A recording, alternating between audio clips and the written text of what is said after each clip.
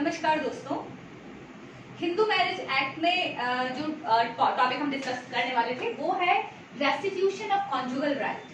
जो पहला matrimonial relief Hindu marriage act 1955 में दिया गया है उनमें से पहला है restitution of conjugal right RCR, या जिसे कहा जाता है दाम्पत्य संबंधों की पुनर्स्थापना। देखिए, हर बार जब रिलीफ प्रोवाइड किया जाता है तो रिलीफ वो सब नहीं है जिसमें आप पार्टीज को अलग कर देते हैं, फॉर एग्जाम्पल जुडिशियल सेपरेशन, या पार्टीज को परमानेंटली अलग किया जाता है, डाइवोर्स। हिंदू लॉ में एक और उपाय दिया गया है जो मैट्रिमोनियल रिलीफ या वैवाहिक अनुतोष या वैवाहिक उपचार के नाम से जाना जाता है, जिसे कहा जाता है रेस्टिट्यूशन ऑफ कॉन्जुगल राइट्स। इसको एक सिंपल भाषा में अगर हम समझें तो सपोज अगर बिना किसी कारण के, जहां पे कोई आपके पास कोई रीजनेबल कॉज नहीं है, या बिना किसी कारण के जो हिंदू विवाह के जो पक्षकार हैं वो अलग हो गए, साथ नहीं रह रहे हैं, ठीक है। अब साथ नहीं रहना कैसे है, वो किसी भी प्रकार से हो सकता है कि साथ नहीं रह रहे, हो सकता है वो एक साथ एक ही छत के नीचे हो लेकिन उनका आपस में कोई कांटेक्ट नहीं हो, वहां भी सेक्शन 9 के अंतर्गत आप याचिका दायर कर सकते हैं, या वो बिल्कुल ही घर छोड़ के चले गए हो, ठीक है। दूसरी बात यह है दोनों ही पक्षकारों पर, यानी पति और पत्नी जो हिंदू विवाह के पक्षकार हैं, दोनों पर ही समान रूप से या इक्वली एप्लीकेबल होता है कि सेक्शन 9 में कहा गया है कि when if the party of a Hindu marriage, ठीक है, left the conjugal society of the other without any reasonable cause and court is also considering the facts, ठीक है, court can grant any decree of restitution of conjugal right to the party। तो section 9 इसी की बात करता है कि जब शादी के पक्षकारों में से पति या पत्नी, यानी ये पति पर भी एप्लीकेबल होता है, यानी अगर सपोज किसी वाइफ का हस्बैंड बिना किसी रीजनेबल कॉज के उसको कॉन्जुगल सोसाइटी यानी उसका जो साहचर्य है, साथ रहना है, उसे हट जाता है, उसे छोड़ देता है, तब वाइफ पिटीशन फाइल कर सकती है। और अगर किसी हस्बैंड की अगर कोई वाइफ है जो छोड़कर उसे चली गई है, वहां भी ये चीज एप्लीकेबल होती है।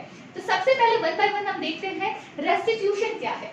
जब हम टर्म रेस्टिट्यूशन की बात करते हैं तो उसका मतलब होता है किसी चीज को रिस्टोर करना, ठीक है ना, पुनः स्थापित करना। ओके, तो when we are restoring something, यहाँ पर हम रिस्टोर क्या कर रहे हैं, यहाँ पर हम रिस्टोर कर रहे हैं रिलेशन।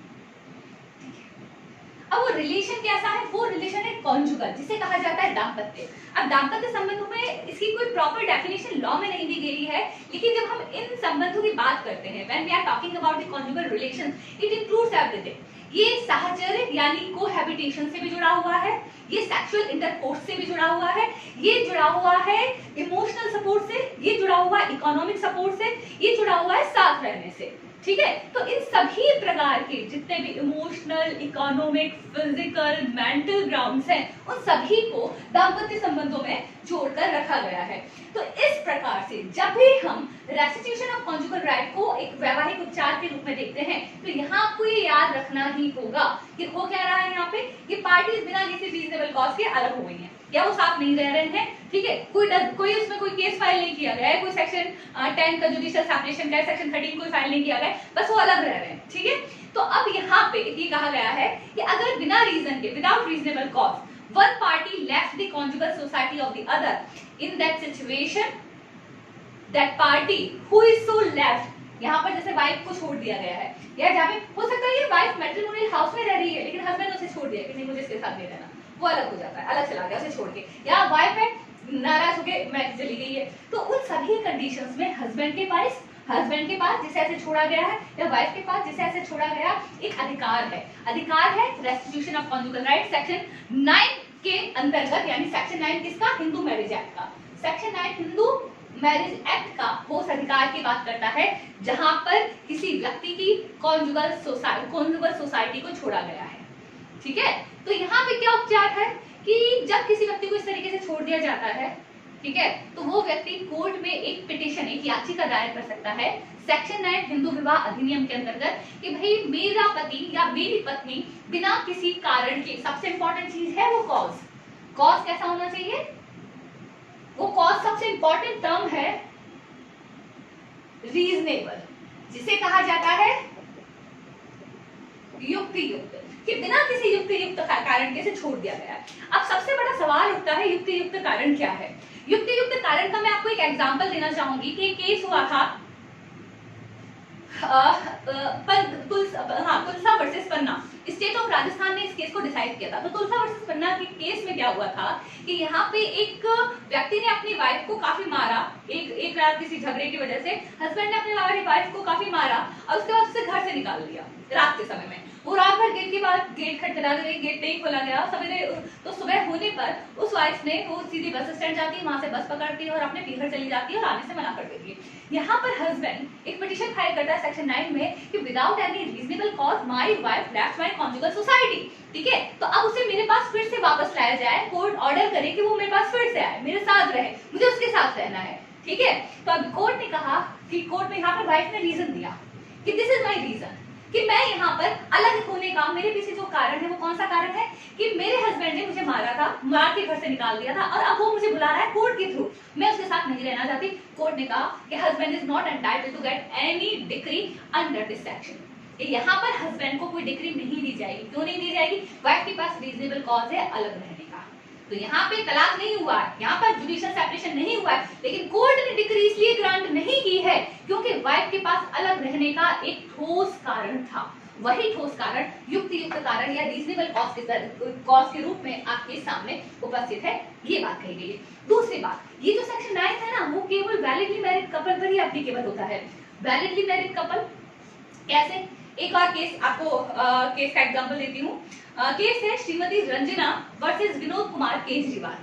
जो केस मैं आपको बता रही हूँ, श्रीमती रंजना वर्सेस विनोद कुमार केजरीवाल। इस केस में ठीक है, that the lady was married with a person, ठीक है, और उसने अपने पिटीशन में क्या लिखा कि मेरा हस्बैंड बिना किसी रीजन के, बिना किसी रीजनेबल कॉज के मेरे साथ नहीं रह रहा है, वो अपनी फर्स्ट वाइफ के साथ रह रहा है। हिंदू मैरिज एक्ट में पहली मैरिज अगर हो चुकी है तो दूसरी मैरिज क्या मानी जाती है? वॉइड मानी जाती है। तो यहाँ पर उस वाइफ ने क्या कहा कि मेरा हस्बैंड है वो मेरे साथ नहीं रह रहा है, वो अपनी पहली वाइफ के साथ रह रहा है, तो इसका मतलब उसकी जो सेकंड मैरिज है वो ऑलरेडी वॉइड है। सेकेंडली मैरिड वाइफ के पास ये अधिकार नहीं है। ओके, तो जो सेकंड मैरिज हुई है उसके अंतर्गत वाइफ के पास अधिकार नहीं। तो कोर्ट ने यहाँ पर डिक्री ग्रांट नहीं करी कि you are not entitled to get decree of RCR under section 9 of Hindu marriage act. तो इस तरीके से आपको याद रखना होगा कि यहाँ जो कुछ बातें हैं जो इक्वली एप्लीकेबल होती है। ओके, अब वो एप्लीकेबल कैसे कैसे हो रही है, क्या क्या चीज है, क्या क्या एसेंशियल्स है इस पर्टिकुलर प्रोविजन के, कि यहाँ पे जो पक्षकार कैसे होने चाहिए, लीगली मैरिड कपल होना चाहिए। ठीक है ना। अब लीगली मैरिड कपल का मतलब क्या हो गया? जो सेक्शन 5 है, जो सेक्शन 7 है, वो फुलफिल होना चाहिए। तो जैसे विनोद कुमार केजरीवाल वाला जो केस था हमारा, तो जो श्रीमती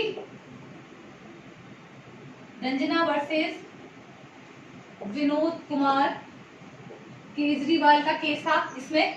अब दूसरा है कि legally married couple section 5 section 7, तो श्रीमती रंजना विनोद कुमार केजरीवाल के बाद क्या विदाउट रीजनेबल कॉज। अब इसमें आप तुलसा वर्सेस पन्ना याद रख सकते हैं। Tulsa versus Panna state of Rajasthan का केस है, राजस्थान हाई कोर्ट के द्वारा इसमें जजमेंट दिया गया था। तो विदाउट रीजनेबल कॉज, ठीक है ना। अब क्या किया है? तो बिना किसी कारण के लेफ्ट दी कॉन्जुगल सोसाइटी, कॉन्जुगल सोसाइटी यानी दाम्पत्य साझर को छोड़ दिया। और उसके साथ साथ court is also believing, court is satisfied with the facts of the cases. तो कोर्ट क्या कर सकता है? Court can grant a decree of RCR, जो कहां पर? ऑर्डर 21 में जाके जिसको एग्जीक्यूट किया जाता है। ठीक है, ऑर्डर 21 में जाके क्या किया जाता है? एग्जीक्यूट किया जाता है। लेकिन फिर भी याद रखिएगा, ये एक ऐसा ऑर्डर है जो डिक्रीज फॉलोड बाय ऑर्डर, हम देखेंगे सीबीसी में। तो यहाँ पर जो डिक्री दी गई है, कोर्ट ऑर्डर को फॉलो कर सकता है, लेकिन ऑर्डर को फॉलो करने के लिए आपको एक और क्या चीज याद रखनी होगी? ऑर्डर को फॉलो करने के लिए आपको ये याद रखना होगा कि यहाँ पे कोर्ट ज्यादा से ज्यादा जो पक्षकार है, अगर पक्षकार अगर पति है जिसने अपनी वाइफ, पक्षकार पति है यानी जिसके नाम पर अगर कोई मूवेबल प्रॉपर्टी है, तो कोर्ट उसे जब्त कर सकता है, उसे जेल भेज सकता है। वाइफ के अगेंस्ट ये कार्य नहीं किए जाते हैं, ठीक है ना। वाइफ की से प्रॉपर्टी फॉरफिट की जा सकती है, लेकिन वाइफ को जेल नहीं भेजा जा सकता है। ऑर्डर 21 के अंतर्गत जो प्रोविजन दिए गए हैं इसको एग्जीक्यूट करने के लिए। तो यहाँ पर कोर्ट हस्बैंड को या दिस सिचुएशन हैंड ओवर नहीं कर सकता।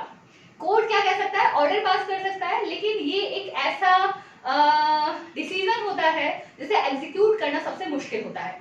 ठीक है, तो ये है हमारा सेक्शन 9।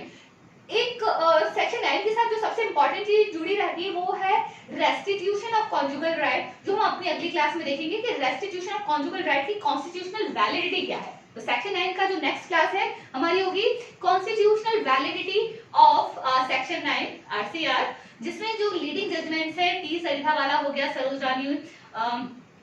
रानी सुदर्शन कुमार हो गया, उषा रानी धर्मेंद्र कुमार, तो उसकी जो लीडिंग जजमेंट के साथ है हम अपनी अगली क्लास में देखेंगे। सेक्शन 9 कंटिन्यू करेंगे, उसके साथ ही आपके जो कुछ सवाल थे सेक्शन 8 से रजिस्ट्रेशन ऑफ मेडिसिन में, उस पर भी जल्दी ही आपको वीडियो मिलेगा। तब तक बने रहिए सफलता सुविद्या के साथ। नमस्कार, धन्यवाद।